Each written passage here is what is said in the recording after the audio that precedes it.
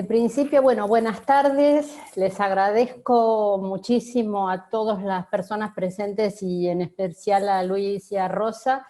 Lamentablemente este Zoom hace que uno flexibilice las agendas al punto de tener 2 o 3 actividades a la misma hora y no pueda acompañarlos hasta el final, así que pido disculpas por eso, pero quería darles la bienvenida a Luis Castillo Argañarás, de la UADE, la UBA y la Universidad Nacional de Lomas, y especialmente a Rosa, que es nuestra participante internacional de la Universidad de Monterrey, y contarles un poco lo importante que es para nuestra facultad generar este espacio, ¿no? Para nosotros, en la investigación y en la extensión, la línea de trabajo en derechos humanos es una línea desde el 2017 que es prioritaria para la investigación.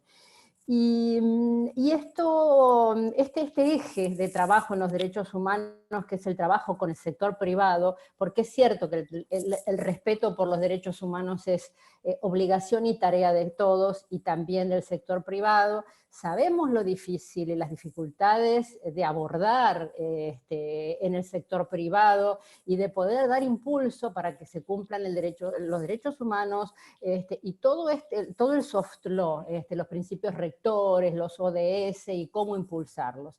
Como universidad alineada con el Pacto Global, para nosotros es doblemente importante este trabajo, y bueno, y este capítulo que están ya desde hace un tiempo investigando, primero sobre el CIADI y luego este nuevo proyecto de empresas y derechos humanos que viene liderando Agustina, junto con alumnos, y que genera muchas actividades de transferencias, y estamos muy orgullosos con este proyecto. Y bueno, y esta es la primera de una serie de actividades en las que vamos a abordar el tema. Así que, bueno, con muchas felicitaciones a Agustina, con mucho agradecimiento a Luis y a Rosa por estar en esta actividad. Dejo a Agustina que comiences presentando a nuestros expositores y, bueno, vuelvo a agradecerles la presencia. Los Muchísimas agradecidos somos nosotros, gracias. Gracias a Muchísimas ustedes. gracias, Cecilia. Gracias. Aprovecho, sumándome a las palabras de Cecilia, la Universidad de Flores hace relativamente poco, pero no por eso menos intenso, firmó y se unió al Pacto Global de Naciones Unidas y se ha comprometido con la implementación desde su lugar académico de la Agenda de Igualdad de Oportunidades. Es uno de los compromisos macros que ha marcado esta etapa de gestión que acompañó a Cecilia y que también nos conduce Cecilia, Juan Carlos, en la dirección de la facultad. Particularmente el compromiso de estudiar empresas y derechos humanos en Argentina, en Buenos Aires, en este momento social, nos interpela tanto desde lo académico, desde lo intelectual, como desde lo político, porque no podemos olvidar que hay una dimensión social, un tejido social en Argentina particularmente. Rosa luego podrá abordarlo y contextualizarlo desde su espacio geopolítico, pero que en Argentina estamos viniendo de un periodo largo de crisis económicas, con un compromiso que ha trascendido distintos espacios políticos, distintos gobiernos, de una necesidad de desarrollo sostenible. Argentina ha firmado y es parte de los Objetivos de Desarrollo Sostenible de las Naciones Unidas, y ha sido uno de los principales promotores en la agenda internacional para tener un desarrollo sostenible. El desarrollo sostenible no podemos pensarlo fuera de la dimensión humana, que nos tiene que obligar como Estados, como sujetos de derecho, al cumplimiento de los compromisos de derechos humanos. En este sentido, ya no podemos pensar en un desarrollo fuera de lo que los Estados nos hemos comprometido a cumplir en materia de derechos humanos. Tampoco podemos pensar en que solamente el cumplimiento de derechos humanos nos va a llevar a la vía de desarrollo. Necesitamos pensar y articular entre las dimensiones sociales, académicas, empresariales, de los espacios de la no organizaciones de la sociedad civil, los espacios empresariales, los espacios académicos. En esta sinergia me parece que la Universidad de Flores, y particularmente de los proyectos de empresas y derechos humanos, así como otros proyectos que tiene la universidad, podemos aportar lindos elementos para una discusión de desarrollo que necesita el país. Ahora, sí. Muy bien dicho, yo me voy a la otra actividad, así que bueno, los dejo viendo Muchas qué gracias. es esto, dónde podemos invertir, en qué empresas que respeten los derechos humanos. Gracias. Dale, y bueno, después al final de la éxitos en la charla actividad. tiramos los tips para invertir. Quédense hasta el final de la Chao, charla gracias. que decimos dónde invertir. Muy bien, hasta luego. Hasta luego. Gracias. En este sentido, me permito presentar a Luis Castillo Langaraz, doctor en Derecho por la Universidad de Buenos Aires, doctor en Relaciones Internacionales por la Universidad de Belgrano, investigador del CONICET, profesor en la Universidad de Buenos Aires, Universidad Argentina de la Empresa, que nos va a contextualizar sobre el sistema de responsabilidad internacional que se aplica a los casos que hoy nosotros vamos a estar discutiendo en un mayor detalle luego con el panel de Rosa y con el mío, de protección de las inversiones, y en mi caso protección de inversiones y derechos humanos. Luis, todo tuyo. Muchas gracias, Agustín. No, gracias a vos, Agustina. Bueno, me voy a focalizar más que nada en responsabilidad internacional de organizaciones internacionales, teniendo en cuenta el rol del Banco Mundial y de otras organizaciones internacionales que actúan en el ámbito de las inversiones extranjeras. El tema de responsabilidad internacional, si bien es un tema nuevo en el derecho internacional, fue abordado por primera vez de manera sistemática y científica por Triepel, por Ancelotti, hacia 1898-1899, teniendo en cuenta la vida del derecho internacional, es un fenómeno reciente, aunque Grocio hizo referencia a la responsabilidad internacional, pero refiriéndose solamente al rol de los jueces en su momento. Él hacía una diferencia entre denegación de justicia y mala aplicación del derecho, pero no lo trató de manera sistemática.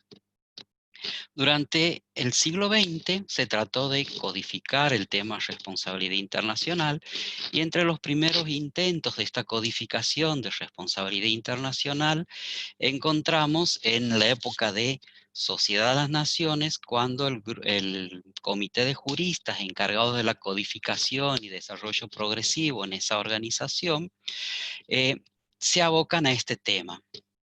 Elaboran un proyecto de articulado que lo ponen a consideración en el año 1930, que se convoca una conferencia diplomática que se iba a reunir en La Haya, pero esa conferencia fracasa. Simultáneamente hay un intento de codificación de la Universidad de Harvard, pero es desde el punto de vista privado. En la época de Naciones Unidas se crea, como ustedes saben, la Comisión de Derecho Internacional, que es el órgano encargado de la codificación y el desarrollo progresivo del derecho internacional, que depende de Asamblea General de la ONU. Aquí, por primera vez, se pone en la agenda de la Comisión por parte de Asamblea General, en el año 1953, el tema responsabilidad internacional. En ese momento, el relator especial García Amador trabaja sobre el tema hasta el año 1960, pero poniendo el acento más que nada en la protección diplomática y en los temas relacionados a extranjería. Después lo sucede Roberto Hago, que va a estar hasta el año 1960, y con él se van a producir grandes avances en el tema de responsabilidad internacional. En su primer informe, en su informe del año 69, él hace una distinción entre normas primarias y normas secundarias. Normas primarias son las que van a representar las conductas de los estados, qué conductas están permitidas, qué conductas están prohibidas, y la misma distinción se la aplica Gaja en el año 2012 a las organizaciones internacionales. Mientras que las normas secundarias, dice Hago, son las consecuencias por la violación de las normas primarias. O sea, cuando hablamos de responsabilidad internacional, nos situamos dentro de las normas secundarias, o sea, consecuencias. Em, bueno, el proyecto evoluciona después con varios relatores especiales. En el año 76 también Hago ve la necesidad de separar lo que es la responsabilidad por hechos ilícitos de la responsabilidad producida por actos lícitos. Y en ese sentido, en el año 2001, ya con otro relator especial, que fue James Crawford en ese momento, se adopta por parte de la CDI y Asamblea General la resolución 56/83, que es responsabilidad internacional por hecho internacionalmente ilícito de los estados, siendo la primera resolución en el ámbito de la responsabilidad internacional, pero referida a estados por hecho ilícito. En el mismo año se adopta la resolución 56/83 del año 2001, que es prevención de daño transfronterizo resultante de actividades peligrosas. En el año 2007 se adopta la resolución 62/68 del año 2007, que es principio sobre asignación de pérdidas en caso de daño transfronterizo resultante de actividades peligrosas. En el año 2002 se decide trabajar sobre el tema. La Comisión de Derecho Internacional, a instancia de la Asamblea General, decide trabajar en el tema responsabilidad internacional de las organizaciones internacionales. Y se va a designar relator especial a Gaja, que es un jurista italiano.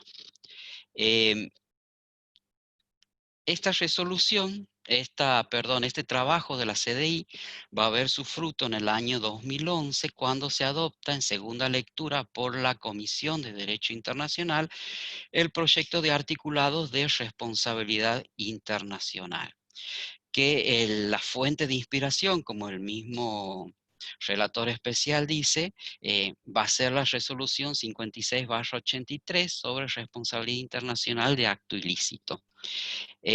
Me pareció interesante traer este proyecto de articulados para analizarlo aquí, teniendo en cuenta que en las inversiones extranjeras, como les decía hace un momento, actúa el Fondo Monetario Internacional, actúa el Banco Mundial, actúan determinados entes que muchas veces con sus políticas o con sus principios tratan de o procuran condicionar la política interna de los estados, ¿no es cierto? O inspiran a la firma de determinados tratados que muchas veces, al seguir una estricta política neoliberal, entran en colisión con los derechos humanos. Esta resolución, perdón, no es resolución de Asamblea General, es un proyecto es un articulado aprobado en segunda lectura por la Comisión de Derecho Internacional. Como ustedes saben, la Comisión de Derecho Internacional depende de Asamblea General. Este articulado de la Comisión de Derecho Internacional se aplica a la responsabilidad internacional de una organización internacional por hecho internacionalmente ilícito. Y como todo articulado en el ámbito del derecho internacional, en el artículo 2 trae una serie de definiciones. La primera definición dice que establece qué se entiende por organización internacional. Va a señalar que se entiende por organización internacional una organización instituida por un tratado u otro instrumento regido por el derecho internacional y dotada de personalidad jurídica internacional propia. Además de los estados, las organizaciones internacionales pueden contar entre sus miembros con otras entidades. Aquí habría que hacer alguna salvedad porque la definición, si vamos a la definición estricta de lo que dice este articulado, nos estamos apartando, por ejemplo, de lo que dice la Convención de Viena de Derecho de los Tratados 1969, cuando habla de organización internacional, dice que se refiere a organizaciones internacionales intergubernamentales, mientras aquí que esta definición dice puede contar entre sus miembros con otras entidades. No hace necesariamente que sea otra organización internacional. Tenemos que tener en cuenta también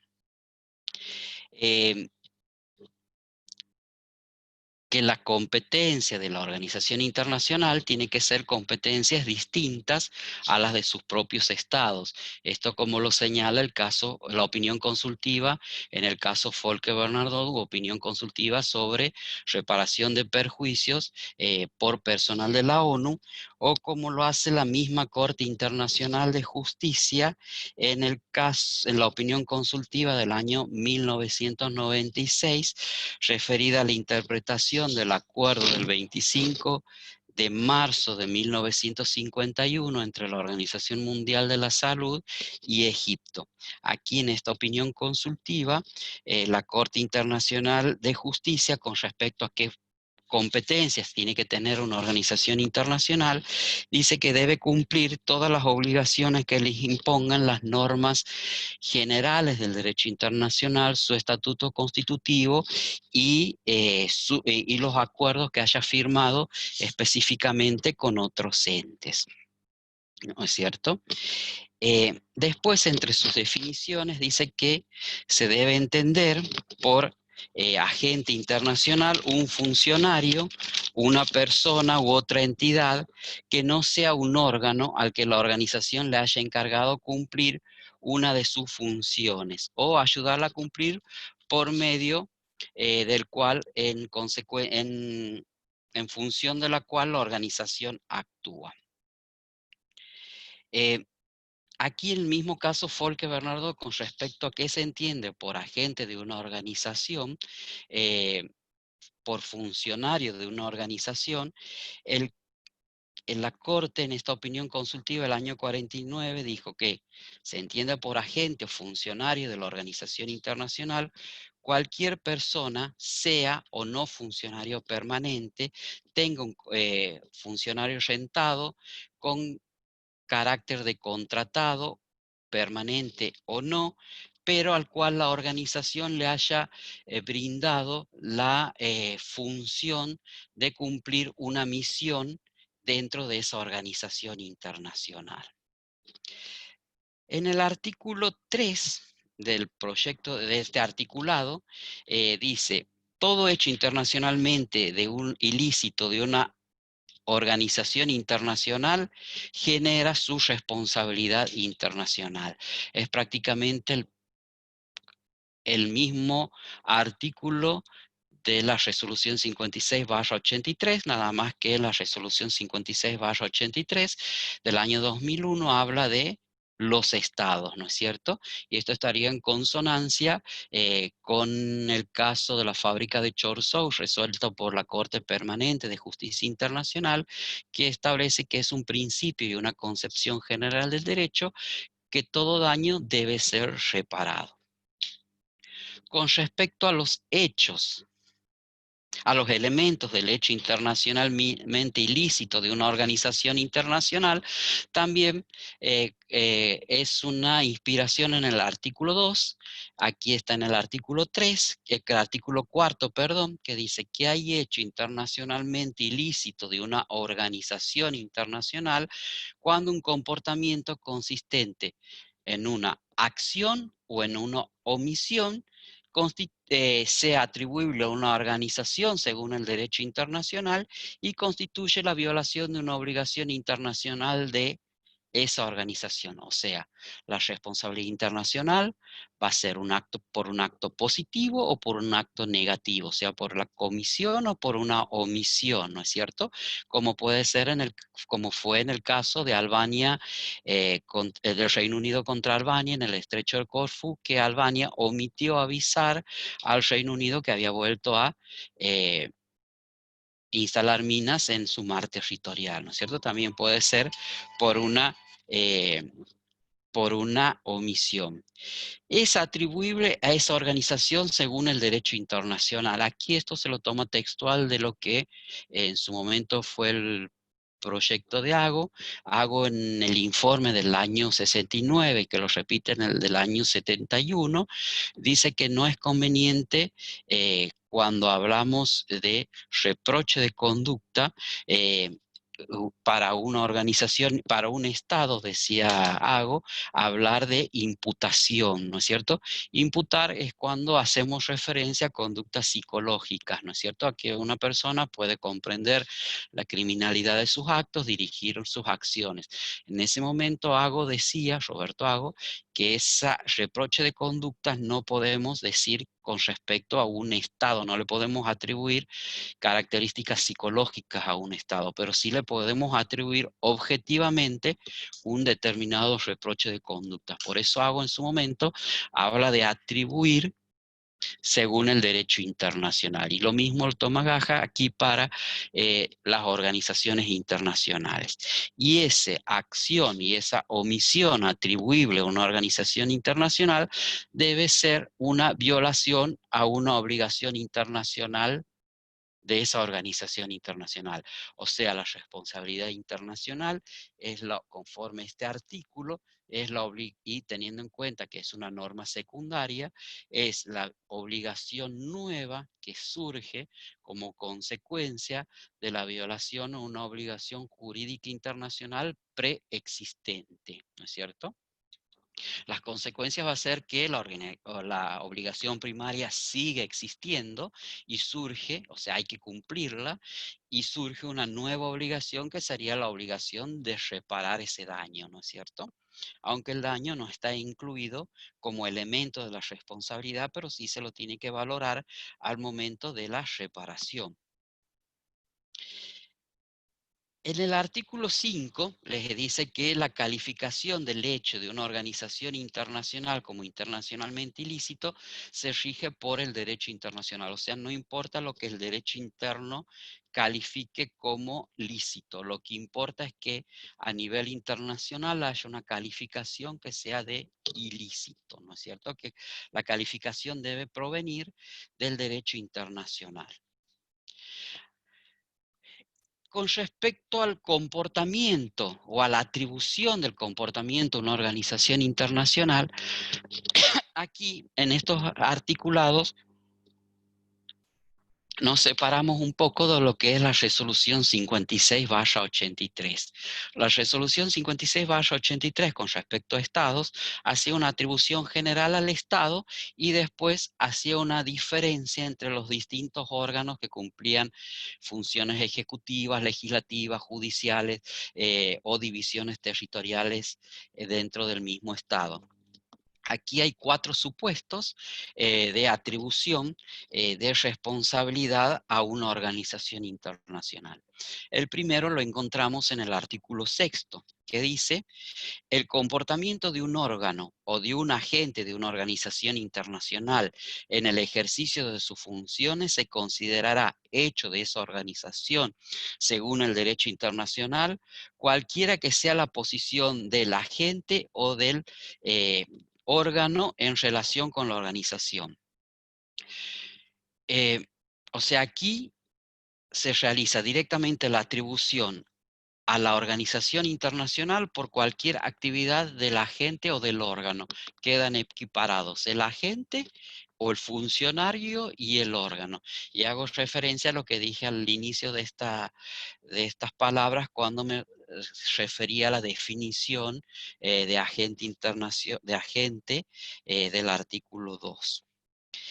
En el artículo 7 está el segundo supuesto, que es: el comportamiento de un órgano de un Estado o de un agente de una organización internacional que hayan sido puestos a disposición de una organización internacional se considerará un hecho de esta organización según el derecho internacional si ésta ejerce el control efectivo sobre ese comportamiento. O sea, si un funcionario o un órgano es puesto a disposición de otra organización internacional, esta otra organización internacional va a ser responsable de los actos de estos órganos, de estos funcionarios que pertenecen a esta otra organización internacional.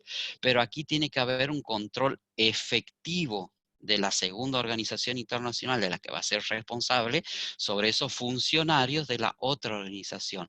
No basta con una simple adscripción. Tiene que haber un control efectivo de la organización internacional sobre los órganos o los agentes de la otra organización internacional. En el artículo 8º está el otro supuesto, el tercer supuesto, que es la responsabilidad ultra vires. O sea, el artículo les dice, el comportamiento de un órgano, de un agente, de una organización internacional, se considerará un hecho de esa organización según el derecho internacional, si tal órgano o agente actúa a título oficial en el marco de las funciones generales de la organización, aunque ese comportamiento exceda de la competencia del agente o del órgano que contravenga sus instrucciones. O sea, debe actuar bajo una apariencia de oficialidad, bajo una apariencia de que está cumpliendo sus funciones, ¿no es cierto? Ahí se configuraría la responsabilidad ultra vires del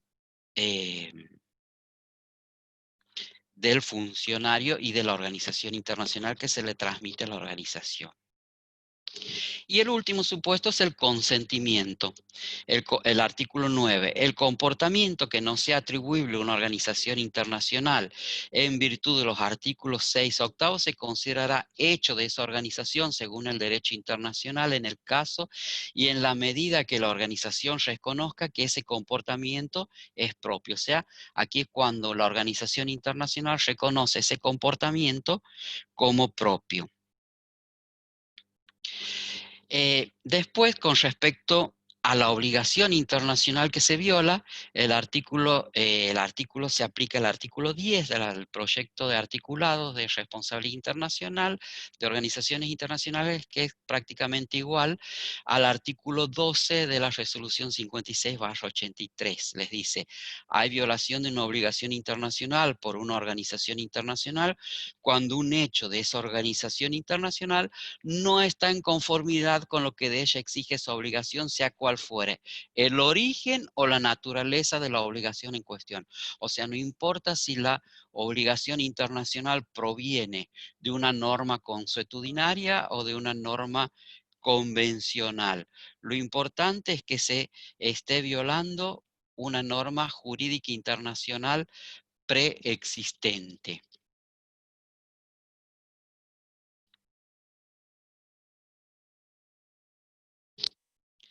Hay causas que excluyen la ilicitud, al igual que en la resolución de responsabilidad internacional, por ejemplo, las causas que excluyen la responsabilidad internacional pueden ser las contramedidas, el estado de necesidad, el peligro extremo, o sea, las mismas cuestiones que excluyen con respecto a un Estado, excluyen también con respecto a una organización internacional.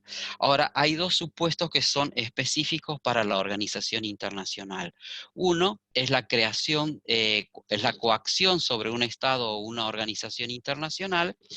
El artículo 16 les dice, la organización internacional que coacciona a un Estado o a una organización internacional para que cometa un hecho, es internacionalmente responsable por ese hecho, si el hecho de no mediar coacción constituye un hecho internacionalmente de ese ilícito del Estado o la organización internacional, o del artículo 17, que sería elusión de obligaciones internacionales mediante decisiones, autorizaciones dirigidas a los miembros. O sea, la organización internacional incurre en responsabilidad internacional si se sustrae al cumplimiento de una de sus obligaciones internacionales, adoptando una decisión que obliga a los Estados miembros o a las organizaciones internacionales miembros a cometer un hecho que sería internacionalmente ilícito si fuese cometido por aquella organización.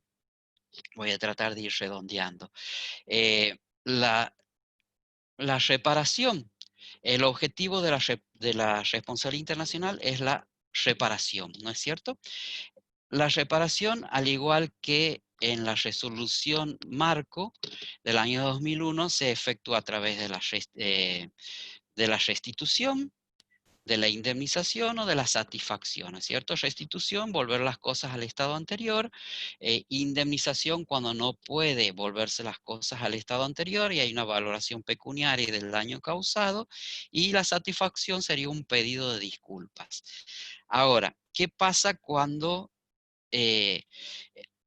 con los miembros de la organización internacional, ¿no es cierto?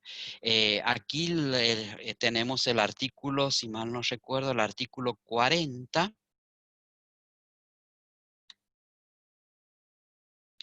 que les dice: la organización internacional responsable de adoptar a todas las medidas apropiadas de conformidad con sus reglas a fin de que sus miembros le proporcionen los medios para el cumplimiento efectivo de las obligaciones que le incumben en virtud del presente tratado. Presente capítulo. Los miembros de la organización internacional responsables adoptarán todas las medidas apropiadas de que las reglas de la organización puedan requerir para que ésta pueda cumplir efectivamente las obligaciones que le incumben en virtud del presente capítulo.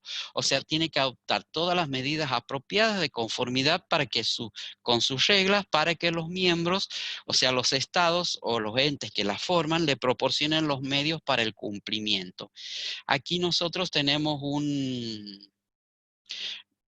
no hay prácticamente práctica en esto, pero tenemos, por ejemplo, si tomamos otros tratados, vamos a ver que tenemos el convenio sobre responsabilidad internacional por acto, convenio de responsabilidad internacional por daños causados por actividades espaciales.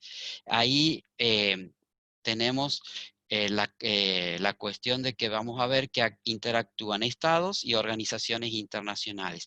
Ahora, si el daño lo produce una organización internacional, este convenio, en el artículo 22 dice que primero se tiene que demandar a la organización internacional.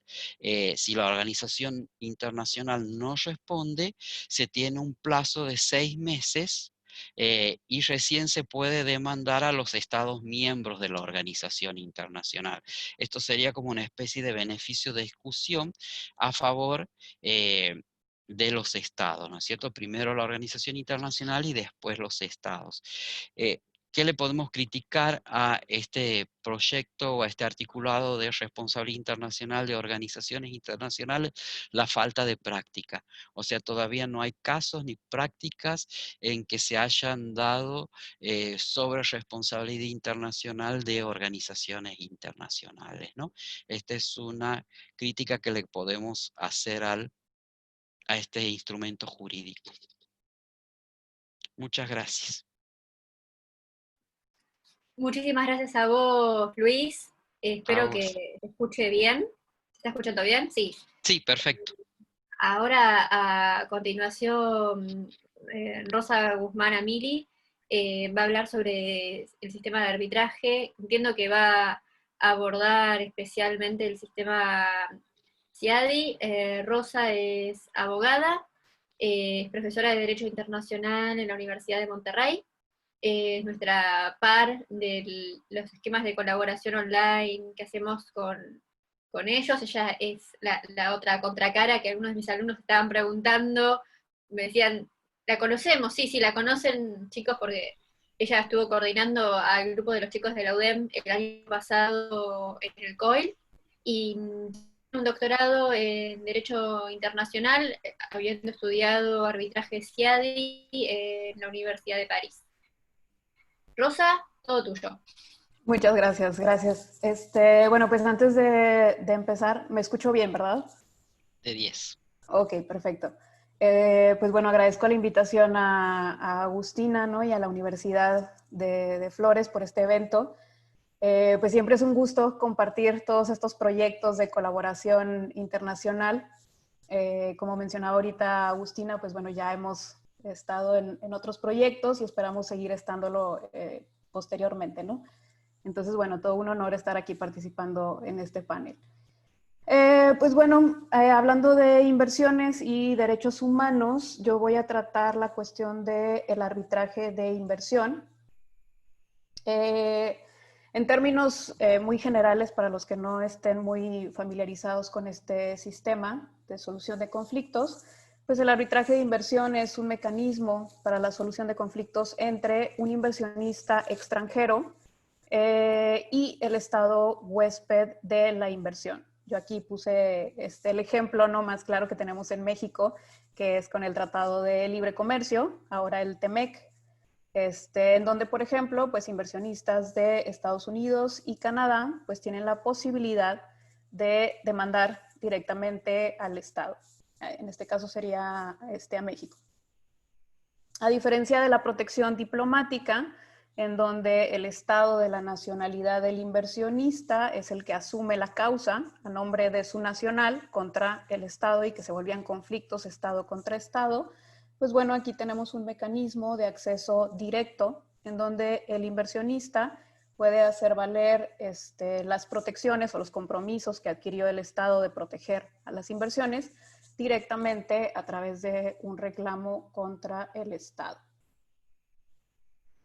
Ahora, en la mayoría de estos casos, estas son estadísticas del CIADI, obviamente tenemos también otros sistemas, pero en la mayoría de los casos y en general, pues estos reclamos se basan en acuerdos internacionales de inversión, que pueden ser tratados bilaterales, como ven aquí en las estadísticas del CIADI, son los que representan el porcentaje más alto de casos de inversión, o pueden ser también tratados multilaterales, como es el caso de tratados de libre comercio que tienen capítulos especiales sobre protección a las inversiones.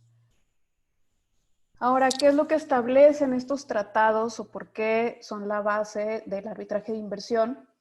Pues bueno, en lo general tienen estos estándares de protección. La prohibición de la expropiación, donde tenemos los conceptos de expropiación directa y expropiación indirecta, el nivel mínimo de trato, con el trato justo y equitativo, trato nacional, trato de la nación más favorecida y en general protección y seguridad plenas. ¿Qué quiere decir esto? Pues que cuando el Estado establece una medida que afecta al inversionista y que se puede considerar violatoria de alguno de estos estándares de protección, pues bueno, puede surgir un conflicto de inversión que se puede llevar a su solución a través del arbitraje internacional de inversiones. Ahora, más que hablar del CIADI en sí, de cómo funciona los arbitrajes CIADI y las cuestiones procesales y demás, quisiera tocar el tema de cómo se vinculan los derechos humanos con el arbitraje de inversión. Ahora lo voy a hacer de manera muy general, porque obviamente por cuestiones de tiempo no podemos profundizar en cada una de estas cuestiones. Agustín hablará más adelante de algunos casos en donde se tratan este tipo de cosas. Pero bueno, en términos generales, quise dividir así esta vinculación de los derechos humanos con el arbitraje de inversión. Entonces, ¿cómo se vinculan? Pues bueno, puede ser a través de los argumentos de las partes contendientes, entendiéndose por partes contendientes el inversionista y el Estado. Puede ser a través de argumentos de partes no contendientes, ¿okay? Es decir, personas, pueden ser individuos, comunidades, colectivos, asociaciones que no son partes contendientes en el conflicto, y a través de disposiciones expresas en acuerdos internacionales de inversión. Ahora, en cuanto a las partes contendientes, tenemos por un lado el inversionista, ¿okay? Y por el lado del inversionista tenemos los derechos de propiedad y el acceso a la justicia como pilares del sistema de protección de las inversiones. ¿Okay? Finalmente, pues bueno, podemos hablar que estos tratados bilaterales de inversión que protegen la propiedad, pues están basados en estos dos derechos. Entonces aquí tenemos algunos casos, como es el caso Mondev y TECMED, en donde los tribunales de inversión han hecho referencia al Tribunal Europeo de Derechos Humanos o a la Corte Interamericana de Derechos Humanos, a criterios de estas cortes, para interpretar el alcance de las protecciones otorgadas en los tratados bilaterales de inversión, ¿okay? O en los acuerdos internacionales de inversión. Entonces, tenemos esto por el lado del inversionista. Ahora, por el lado del Estado, tenemos varias posibilidades.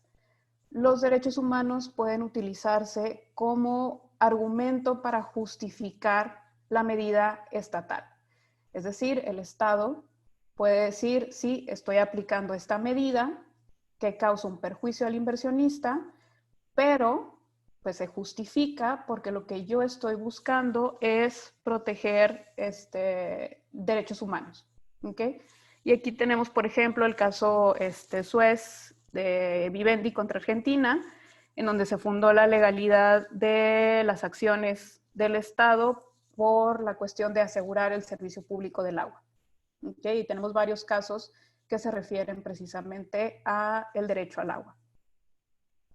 Entonces, bueno, tenemos como justificación de la medida. Ahora, aquí, ojo, que el Estado pueda justificar su medida como una protección a los derechos humanos, no necesariamente significa que no va a pagar una indemnización. ¿Okay? Por ejemplo, si hablamos de expropiación directa, el decir que una medida es para proteger derechos humanos justifica la utilidad pública de la medida, pero de todos modos tiene que pagar una indemnización. Ahora, la línea se vuelve más delgada cuando hablamos de, por ejemplo, el trato justo y equitativo o de la expropiación indirecta, que en los últimos acuerdos de inversión que se han concluido por los estados, precisamente se trata de limitar estas nociones, estos conceptos, ¿no?, que se han interpretado de manera tan amplia, sobre todo cuando hablamos de trato justo y equitativo, precisamente para poder permitir al Estado tomar medidas que protejan ciertos derechos fundamentales sin tener que pagar una indemnización, sin que estas medidas constituyan una violación al trato justo y equitativo o una expropiación indirecta. Pero bueno, dentro de los casos que tenemos, pues hay tribunales que han considerado que sí se paga indemnización, otros que no, que sí se justifica, que no se justifica. Entonces, bueno, ahí tenemos hasta ahorita todavía varios criterios. Ahora, el segundo punto, dentro de los argumentos del Estado, puede servir como contrademanda. Aquí, la conducta del inversionista como contrademanda. Y aquí, no sé si Agustina va a tocar el caso Urbacer, por ahí un poquito. Ok. Aquí depende mucho de la interpretación también que haga el tribunal del consentimiento, ¿no?, para el arbitraje, si ese consentimiento es lo suficientemente amplio como para poder considerar cualquier conflicto que se derive de la inversión como parte del caso, ¿no? Y aquí en el caso Urbacer, el tribunal admitió la contrademanda de Argentina, que no únicamente consistía en incumplimientos contractuales, sino que se agregaba el argumento de la violación de derechos humanos básicos por parte del inversionista, que consistían en la salud y el medio ambiente de miles de personas que Argentina decía que en su mayoría vivían en pobreza extrema. Entonces, este es otra manera de vincular la protección de derechos humanos con los arbitrajes de inversión. Y por último, tenemos como excepción a la jurisdicción o como causal de improcedencia. Y en este punto se habla de la teoría de clean hands, ¿okay?, de manos limpias por parte del inversionista, o del requisito de legalidad para que puedan tener jurisdicción los tribunales de inversión. Y en este sentido, pues bueno, lo que se dice es que el inversionista tiene también una obligación de actuar conforme al derecho del país huésped de la inversión, ¿okay? Y obviamente esto incluye pues no abusar de derechos humanos, y en ese sentido el tribunal podría negar la jurisdicción en el caso de que considere que el inversionista no está actuando de forma legal, o podría verse también como una causal de improcedencia de los argumentos del inversionista. que esto sería ya analizando la conducta en sí del inversionista. Ahora, como argumentos de las partes no contendientes, aquí, como decía, podemos tener individuos, colectividades, asociaciones, etcétera, que pueden intentar intervenir en los arbitrajes de inversión. Estamos hablando particularmente de las intervenciones en amicus curiae, ¿okay? Como amigos de la corte. ¿En qué consisten estas intervenciones? Pues bueno, por lo general son intervenciones por escrito, donde el tribunal acepta argumentos de estas colectividades o de estos individuos que consideran que hay una violación a sus derechos humanos y que tienen algo que aportar en el caso de, en el conflicto de inversión. ¿Okay? Ahora aquí, si bien es cierto, los amicus curiae se considera como una práctica ya consolidada en el arbitraje de inversión. Lo cierto es que tampoco sabemos muy bien cuál es el impacto que tienen estos escritos en la resolución de los tribunales de inversión. Es decir, se reciben los argumentos, ¿no? Pero finalmente, ¿qué tanto se pueden valorar o no en la resolución? Y luego, pues los tribunales de inversión siguen teniendo esta facultad de poder negar la intervención cuando se considera que puede representar una carga excesiva para una de las partes contendientes en el conflicto. Y tenemos entonces casos también en donde los tribunales de inversión han negado este tipo de intervención. Ahora, como último punto, tenemos en los últimos acuerdos internacionales de inversión una incorporación cada vez más explícita de haciendo referencia a derechos humanos. Y esta incorporación se puede presentar en el preámbulo del tratado, ¿okay? En donde los estados reafirman su compromiso a respetar los derechos humanos. Algunos tratados hacen referencia explícita a los principios de la Declaración Universal de Derechos Humanos. Y bueno, aquí podemos pensar de qué sirve que haya una referencia, ¿no? En el preámbulo. Pues bueno, ustedes saben que el preámbulo es una parte importante en la interpretación de los tratados internacionales, que cuando hablamos del objeto y fin del tratado internacional, tomamos en cuenta precisamente ese preámbulo. Y entonces el hecho de que los estados incorporen esto podría servir como contrapeso a el objeto simplemente comercial o de proteger las inversiones extranjeras, ¿no? Entonces funciona así como en la parte interpretativa del tratado internacional.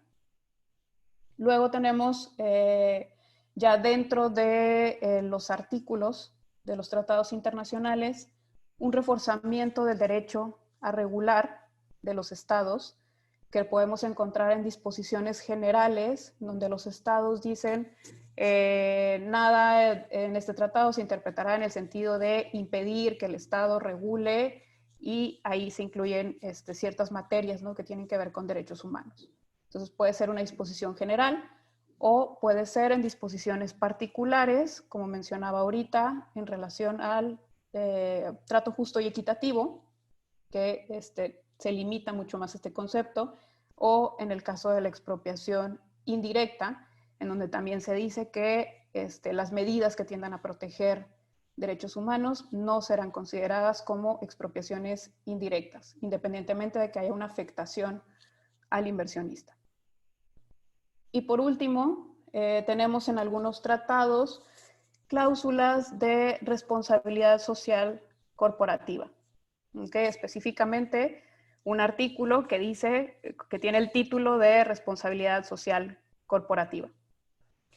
Aquí, ¿de qué se trata? Pues bueno, tenemos artículos que tratan de establecer algo que podría ser una obligación para los inversionistas, ¿okay? De respetar ciertos principios. En el TEMEC, por ejemplo, se hace referencia explícita a las líneas directrices de la OCDE. En el TBI Brasil-India se contempla una obligación de esfuerzo para los inversionistas de contribuir al nivel más alto de desarrollo sostenible y de cumplir ciertos principios y estándares de conducta responsable. Pero bueno, en la mayoría de los tratados internacionales esto sigue presentándose como una obligación a cargo del Estado, ¿no? En la mayoría de estas cláusulas dicen los estados se comprometen a fomentar conductas de responsabilidad social corporativa en las empresas y tal.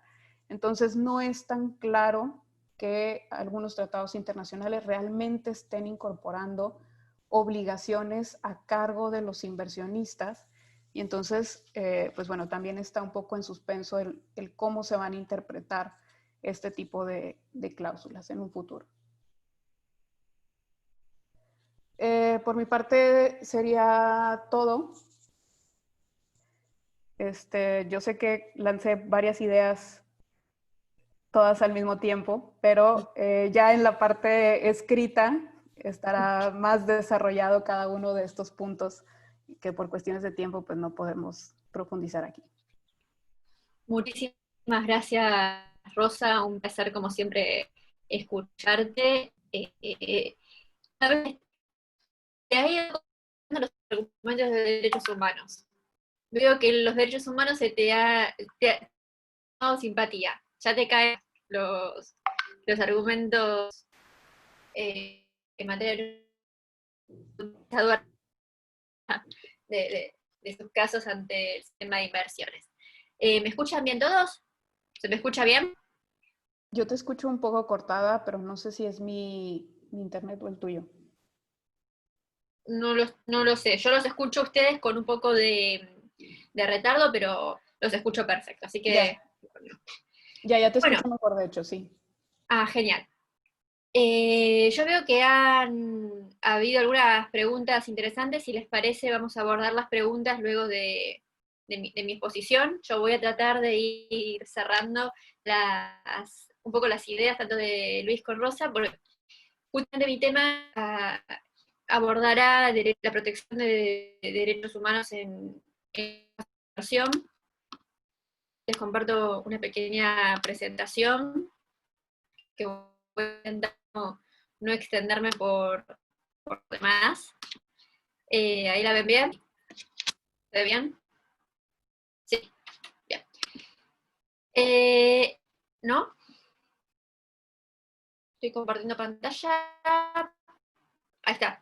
Buenísimo. Buenísimo. A mí me gusta iniciar todas las charlas con una pregunta. Eso no significa que la pregunta tenga una respuesta o que yo esté segura de su respuesta. Porque muchas veces las respuestas todavía no están con la evolución del estado actual de la evolución del derecho de inversión. Mi pregunta es si los tribunales de inversión... Y esta pregunta es un sentido capcioso, yo lo sé. Porque no es el derecho que le importa, el derecho le van a dar prioridad los árbitros al momento de resolver una disputa en materia de arbitraje de inversores, que es lo que vamos aquí a hablar, sino cuáles han sido los argumentos que las partes han levantado, han podido utilizar al momento de presentar tanto la memoria como la contestación de memorial. Y sobre esto ya tenemos una primera delimitación, que es ningún árbitro va a imponer que ningún árbitro introduciría argumentos ajenos a la disputa. A su vez, nosotros tenemos que pensar que el tema que aquí hoy nos convoca, que es pensar cómo los tribunales de arbitraje de inversiones están tratando temas de derechos humanos, es relativamente nuevo. A ver, en los últimos 20 años, un porcentaje mayoritario de casos en el sistema del CIADI, que es el foro con mayor cantidad de casos que protegen inversiones transnacionales, han tratado este tema. Es extremadamente minoritario. Y este tema, a su vez, se da en un proceso macro mucho más grande que algunos de mis alumnos de internacional público que están así charlas, ya fragmentación del derecho internacional público. Yo hablo de la fragmentación del derecho internacional público, yo siempre retomo esta idea que el derecho internacional público es como un tejido, que todos sí están conectados, pero que cada vez se están separando más. Nosotros partimos una matriz, todas las del derecho internacional público, sea derecho del mar, derecho de las inversiones, derecho internacional de los derechos humanos. Compartimos los principios generales. De hecho, se ha definido al derecho internacional público como un sistema. El propio estudio de la fragmentación del derecho internacional público que se publicó en el 2006 y en cuyo trabajo, cuya redacción del estudio estuvo a cargo del relator especial Marty Koskeniemi, justamente nos plantea que el derecho internacional, por lo menos en los últimos 25 años, evolucionó bajo una frase, una forma que es de regímenes autosuficientes, self-contained regimens, los regímenes autocontenidos, autosuficientes. ¿A qué nos referimos con esto? Cada rama, generalmente temática, del derecho internacional, ha ganado tanto peso, tanta importancia en la discusión internacional, que ha tendido a ser interpretada y ser aplicada de una forma casi, con una tendencia a autonomía. Es peligroso, porque si nosotros pensamos en el derecho internacional público como algo general, un total, donde ramas van a estar aplicando, interpretando principios comunes, nosotros lo que vamos a estar evidenciando es que ante disputas que tienen que interpretar mismos derechos, mismos principios, podemos tener discusión, punto de vista, laudos, en este caso, interpreten de forma distinta e incluso opuesta. Todo esto se ha denominado en los últimos 15 años en la Academia Nacional como las inconsistencias de los arbitrajes en el CIADI. Y hablamos del CIADI no porque tenga un encono personal con el CIADI, los señores CIADI los queremos mucho, Meg Kinner, que es la secretaria general, te mandamos un saludo, sabemos que vas a estar escuchando esto con mucha atención, sino que el CIADI ha sido el foro más importante que ha en los últimos 30 años de su existencia, empieza a principios, mediados de los años 80 a tener los primeros casos, hasta la en realidad tiene bajo trámite 8 con casos. De los 100 casos no han tenido acuerdo entre el inversor y Estado y se ha pedido la nulidad.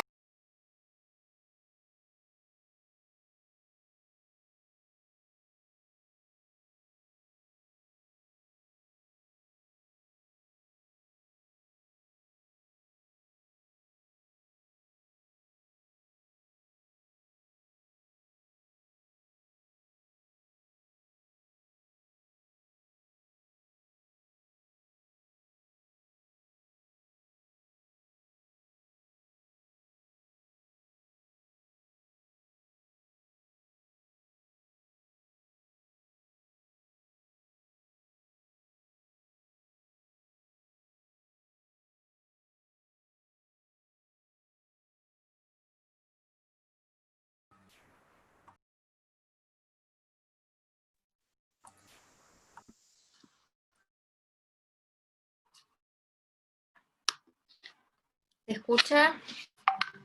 ¿Se escucha? Sí, Hola, Agus, hola. evidentemente te quedaste Sí. sin conexión. Me quedé sin conexión. Estaba hablando, discúlpenme. No hay problema, desprolijidad. no hay problema. A ver, ¿me escuchan bien ahí?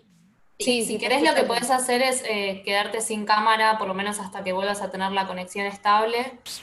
y Parece bueno, que vamos es teoría probando. estable, pero les quiero ir compartiendo la presentación, por lo menos. ¿Me escuchan? ¿La ven bien? Sí. Sí, perfecto. Excelente. Bueno, como yo les estaba diciendo, estamos en un contexto general, voy a retomar y resumir, de un derecho internacional fragmentado, donde cada rama del derecho internacional público en los últimos años ha evolucionado de una forma cada vez más autónoma. Esta autonomía, estos regímenes se han denominado autocontenidos, los chain regime, están provocando el siguiente problema. De normas muy específicas se están interpretando principios generales del derecho internacional público, normas generales del derecho internacional que se interpretan desde una mirada más pequeña, más cerrada, aplicada a una disputa temática, generalmente le han dado un contenido distinto a este principio que debería poder aplicar en otras ramas del derecho internacional público. En el marco de lo que es el derecho internacional de las inversiones, nosotros encontramos incluso los propios estándares específicos del derecho internacional de las inversiones tienen una interpretación muy discordante. Discordante al punto que se ha denominado una cuestión de inconsistencia entre las resoluciones de los tribunales ad hoc que se constituyen bajo el régimen del CIADI. Yo, a efectos de brevedad, me voy a remitir a la explicación de arbitraje de inversiones que dio Rosa, que tan clara fue, y me voy a permitir adentrarme a casos donde un inversor inicia una demanda arbitral contra un Estado receptor de una inversión, y en este arbitraje los hechos suelen ser sumamente complejos, y nosotros vamos a encontrar que hay en pugna, como los casos que vamos a analizar aquí, están en pugna una protección de derechos humanos, generalmente contenida en tratados regionales, o incluso los propios pactos internacionales, los propios grandes tratados de Naciones Unidas sobre derechos humanos, como el Pacto Internacional de Derechos Económicos, Sociales y Culturales, o el Pacto de Derechos Civiles y Políticos, han sido alegados en materia de protección de inversiones, tanto por el Estado como por los inversores. Por eso encontramos en pugna esta diferencia entre los objetivos de los derechos humanos y los objetivos que tiene el derecho internacional de las inversiones. El derecho internacional de los derechos humanos es un régimen que está con su propio contenido, su propio corazón, tiene una idea de cambio. Siempre hay una idea de que se tiene que evolucionar y tenemos que tender a un sistema con mayor nivel de protección. Y cuando yo me refiero a un sistema con mayor nivel de protección, yo también me estoy refiriendo a la idea de que el contenido normativo, el marco jurídico estatal en el que yo me estoy moviendo, cada vez va a tener que ir adoptando estándares más protectores, más amplios, conceder más derechos. Una idea de la progresividad y el principio de no regresión que encontramos en el derecho internacional de los derechos humanos. A su vez, hay una norma básica del derecho internacional, pero que es clave en la protección de los derechos humanos a nivel internacional, que es la primacía del derecho internacional sobre el derecho interno. A nadie en los derechos humanos se le va a ocurrir tratar de discutir esta primacía, ya es sumamente aceptada.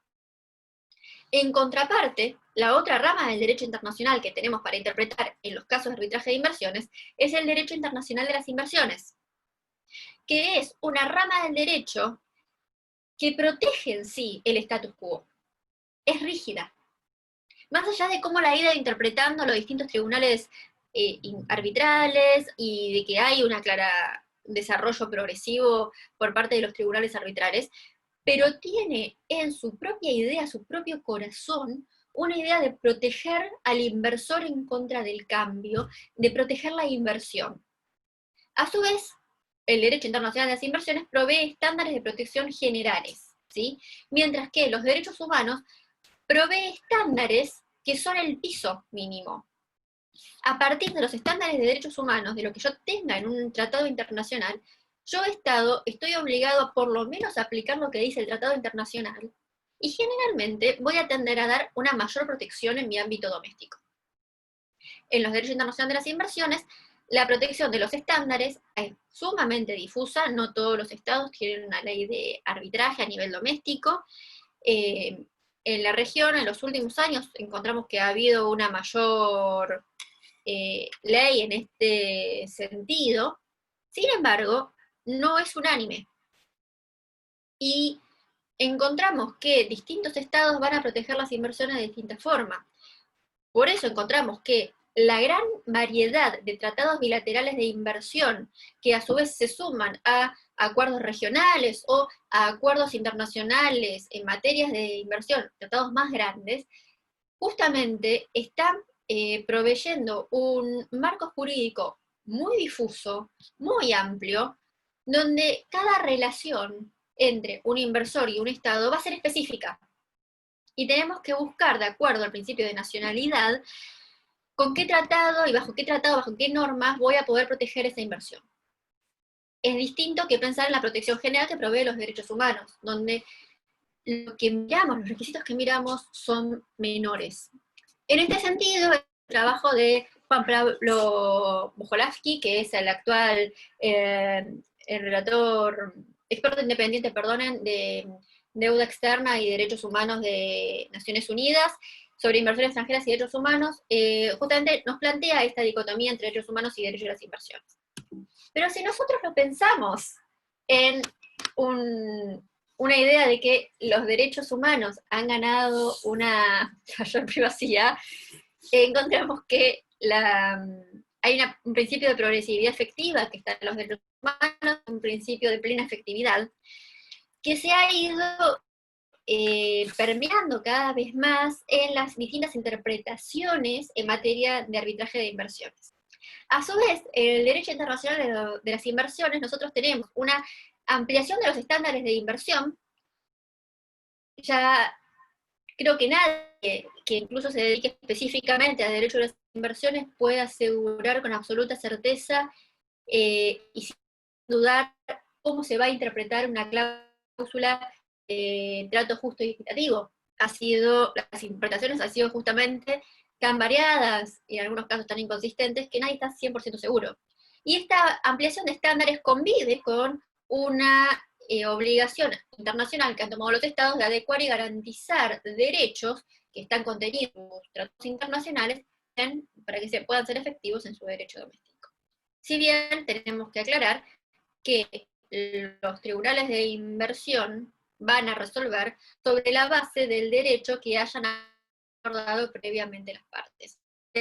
El derecho las reglas de derecho que se van a poder aplicar para resolver la controversia que llega a un tribunal internacional de arbitraje, tribunal ad hoc, van a ser las reglas que tanto el Estado de la nacionalidad del inversor como el Estado receptor de la inversión hayan acordado. Bien. Y quiero retomar muy brevemente lo que les acababa de comentar respecto de las interpretaciones tan disonantes que encontramos en materia de derecho internacional de las inversiones. Y sobre esto, la interpretación del trato justo y equitativo es una de las cláusulas que más ha contribuido a las discusiones académicas, por lo menos de los últimos años.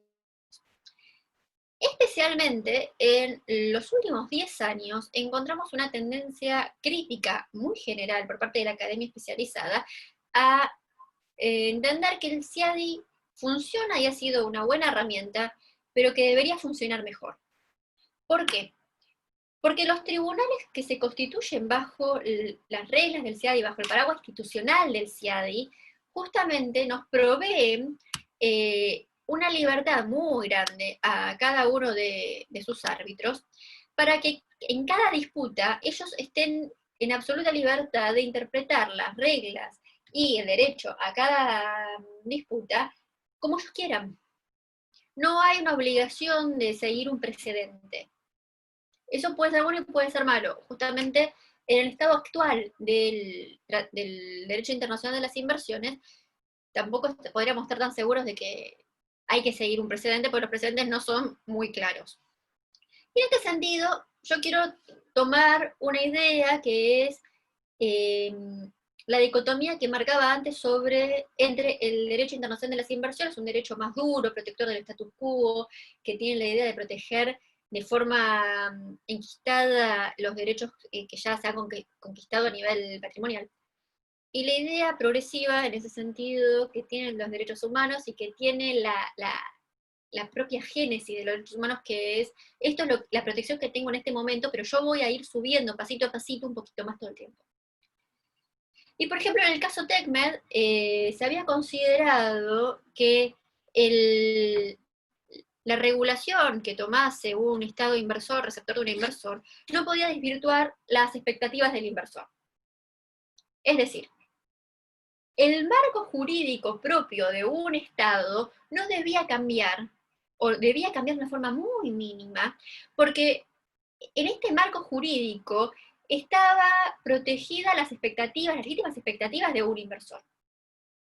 A su vez, esta misma interpretación fue retomada quizá un poco más relajadamente en MDT versus Chile, donde el Estado, se entendió que el Estado tenía un deber activo de proteger la inversión, no el deber activo de proteger o de cumplir otras obligaciones internacionales que el Estado hubiera tomado, sino de proteger la inversión en favor del inversionista.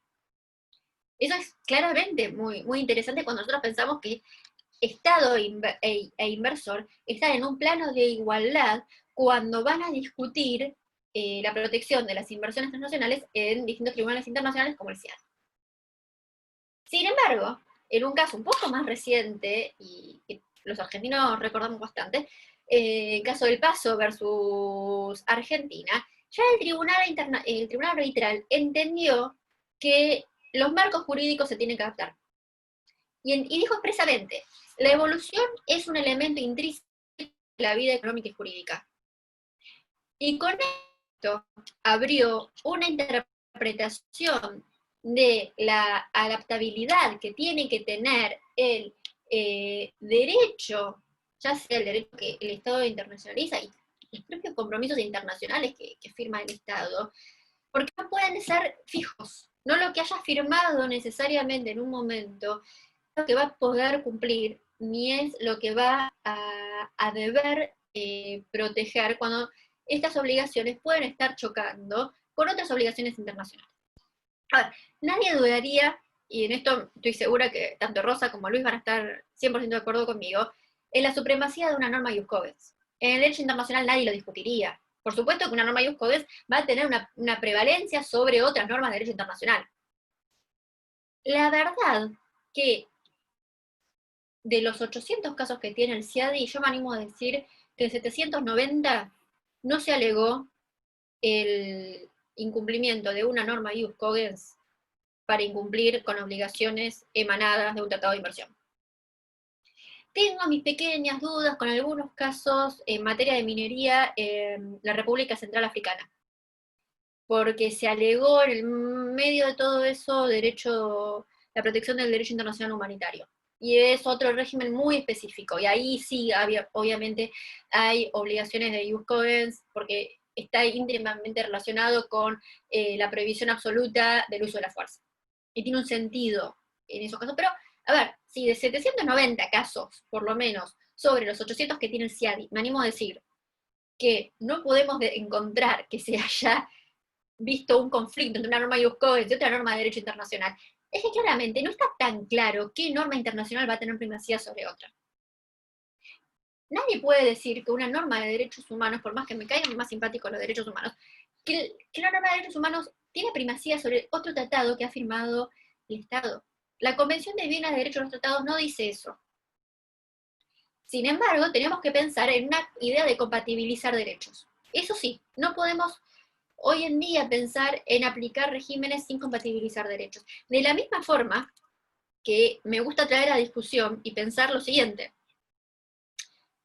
Tanto el Tratado de Washington que crea el CIADI, como, por ejemplo, otros tratados específicos, como es la Convención de Derecho del Mar, que crea un tribunal específico, como es el TIDM, el Tribunal de Hamburgo, entienden que el derecho que ha de aplicar ese tribunal es el derecho internacional. Y el propio Convención de Washington dice, los tribunales arbitrales ad hoc habrán de aplicar derecho internacional y todo derecho convenido entre las partes. Cuando los Estado y el Estado de nacionalidad del inversor aceptan que se va a aplicar derecho internacional, ese tribunal, y defiendo mi posición sobre la base de la jurisprudencia relevada, este tribunal claramente está permitido en traer normas que sean del derecho internacional y que pueden ser normas que no sean de la propia rama. Porque el tribunal no se ha visto limitado en su poder para interpretar específicamente una rama del derecho. Si el propio tratado del CIADI, que crea el sistema con las normas que se están empleando, permite que interpretes derecho internacional general.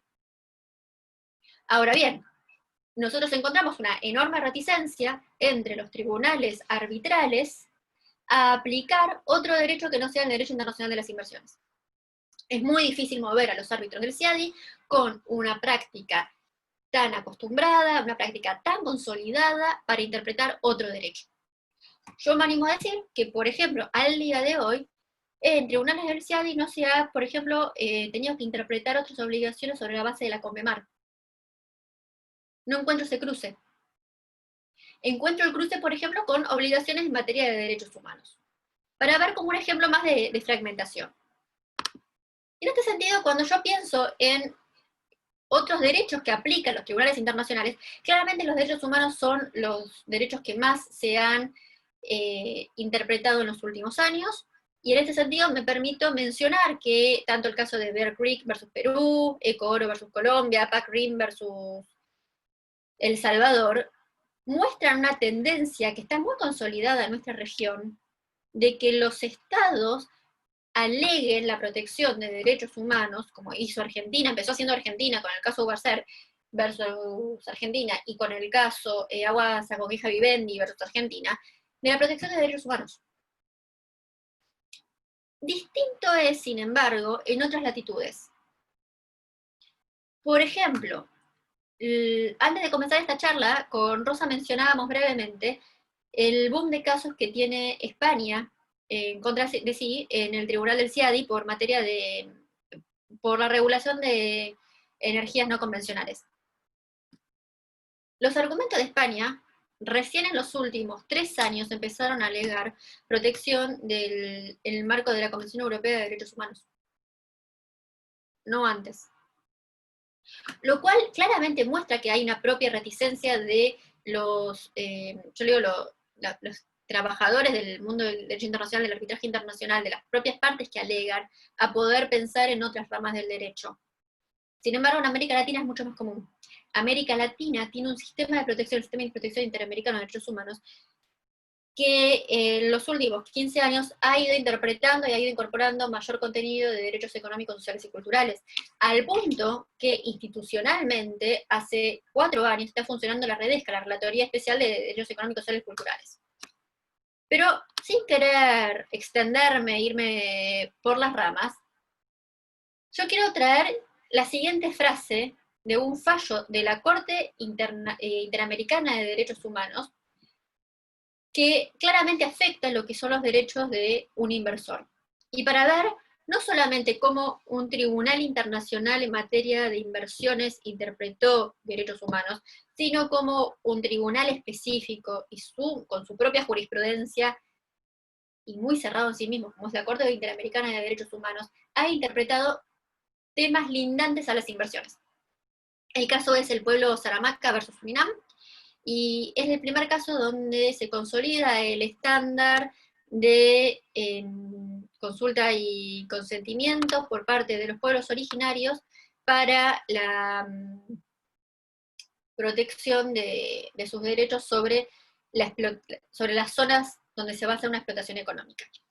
Y la frase que me permito leer es el siguiente: Los planes de inversión, desarrollo, exploración o explotación de los recursos naturales que puedan afectar de forma directa o indirecta la capacidad de los pueblos indígenas para usar y gozar efectivamente de sus tierras, territorios y recursos naturales, de manera que supongan de hecho una privación o limitación de su derecho de propiedad. Y me permito traer e interpretar Pueblo Salamaca versus Surinam con un caso que salió hace 3 meses versus República Argentina, el último caso que se condenó a República Argentina en la Corte Interamericana de Derechos Humanos, que es la Cajonat versus Argentina, donde no solamente se volvió a decir Argentina cumplía el triple estándar de consulta y consentimiento, estudios de impacto, antes de hacer un estudio, de ceder tierras que están reclamadas por pueblos originarios a una explotación minera, sino que se tuvo que volver a razonar sobre la base de qué derechos como propietarios de los recursos están siendo violados y le están siendo violados a esas comunidades originales. Cuando, por ejemplo, en el caso de la Cajonat versus Argentina, uno de los principales reclamos de los peticionantes, las víctimas, en este caso, es que no tienen los títulos de propiedad sobre esas tierras. Es decir, hay un paso previo, que es el reconocimiento de la propiedad, que en el caso de la Cajonat, en el caso de Argentina, está siendo violado.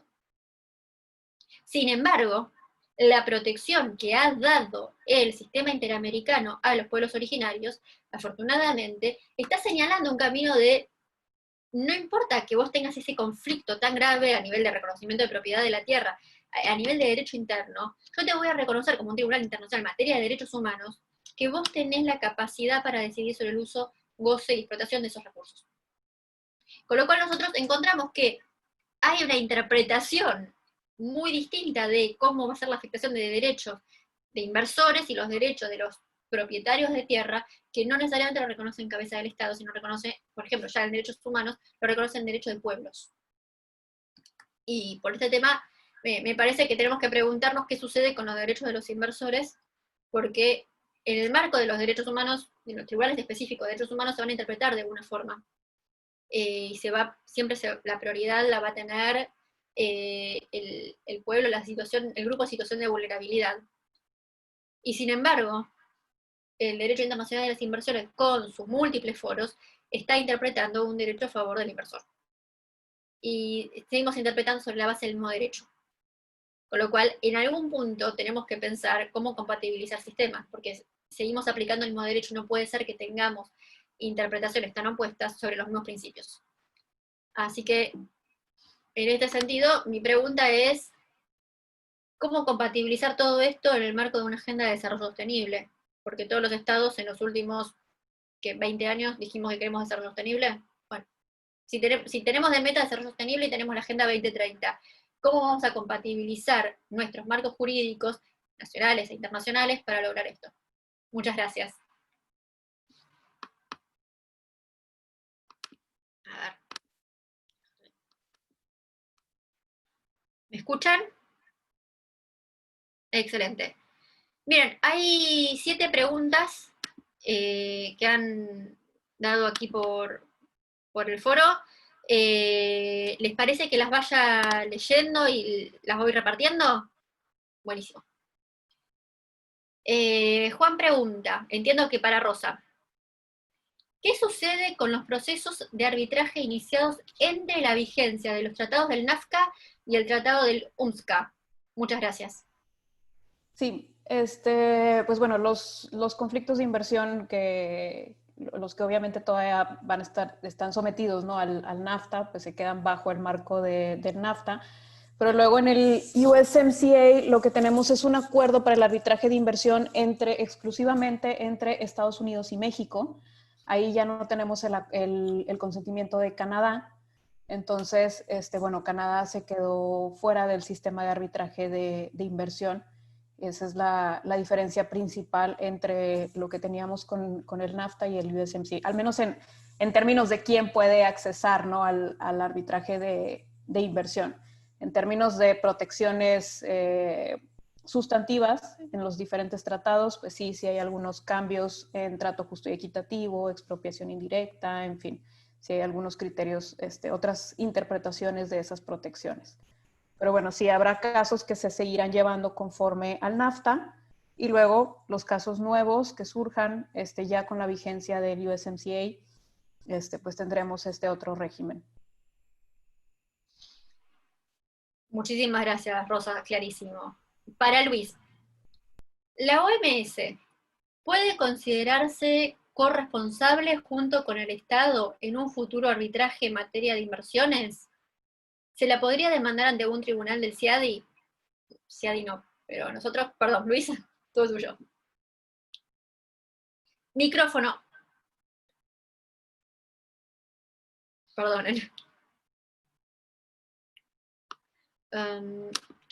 Me parece que la pregunta tiene que ver también con las otras que estuve viendo ahí. Ante el CIADI no.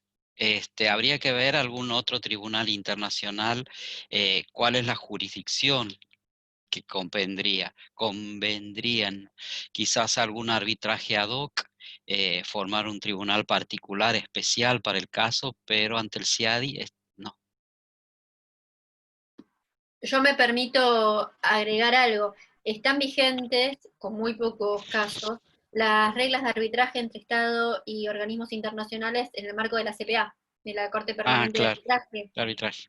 Y hasta ahora que he conocido, y me disculparán los chicos de la Corte Permanente de Arbitraje, a los cuales les escribo bastante asiduamente y les pido mucha información, que hay un solo caso de arbitraje entre la UNOPS versus Perú. Y el laudo no es público, pero por lo menos no se ha concluido, no sé si se ha iniciado y todavía no se conoce otro arbitraje en este sentido, pero qué buen punto, y me encantó tu tema, Luis, porque qué poco que conocemos de la actuación de los organismos internacionales. Qué poco que vamos. Sí. Otra pregunta para Luis. ¿Se trata de forma distinta la responsabilidad internacional del Estado por hechos ilícitos en los foros de inversión que en los foros de derechos humanos? Tiene mucho que ver con lo que vos trataste, con la fragmentación, ¿no? El régimen de responsabilidad internacional es el mismo, ¿no es cierto?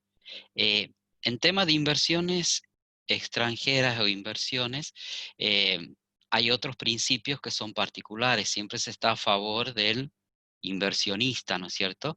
El tema de derechos humanos se está introduciendo muy de a poco, por ejemplo, como derecho humano al agua. En los arbitrajes se lo trata, en los casos son como distribución de agua.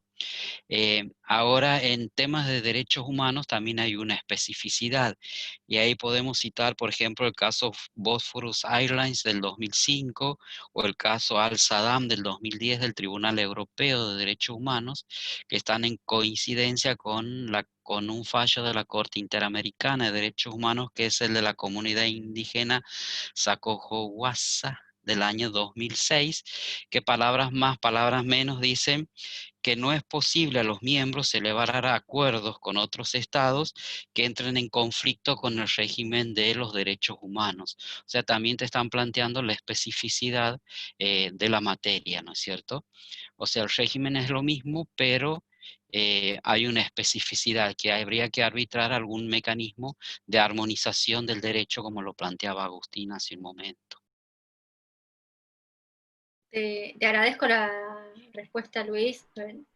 Creo que justamente en distintas latitudes, Rosa tiene una visión distinta porque has tenido más casos del NAFTA en la historia de las inversiones en México. Argentina tiene demasiados casos de CIADI ya. Podríamos dejar de ir al CIADI tan asiduamente. Digo, a efectos de investigación, dejemos de ir al CIADI por unos años. Estamos con muchos casos.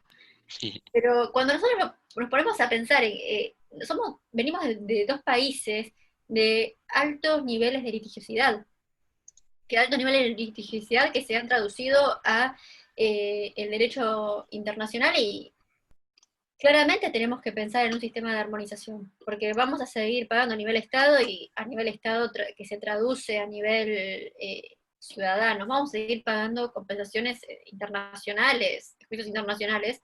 Creo que vamos a terminar de pagarla en los próximos 50 años. Por lo menos los bonos con los que Argentina pagó casos como el acuerdo que se hizo entre Pioneer versus Argentina, que no se llegó a hacer el arbitraje entero, se llegó solamente a hacer la presentación de memoria y estaba constituido el tribunal, que lo cerramos en 2017, se van a pagar con bonos emitidos a 50 años, bonos del Tesoro. Con lo cual, claramente tenemos que pensar a nivel de sostenibilidad de recursos, pues somos estados que queremos alcanzar niveles de desarrollo sustentable con mínimos estándares de vida dignos para toda la población, y eso creo que es un desafío que el derecho internacional tiene mucho para decir.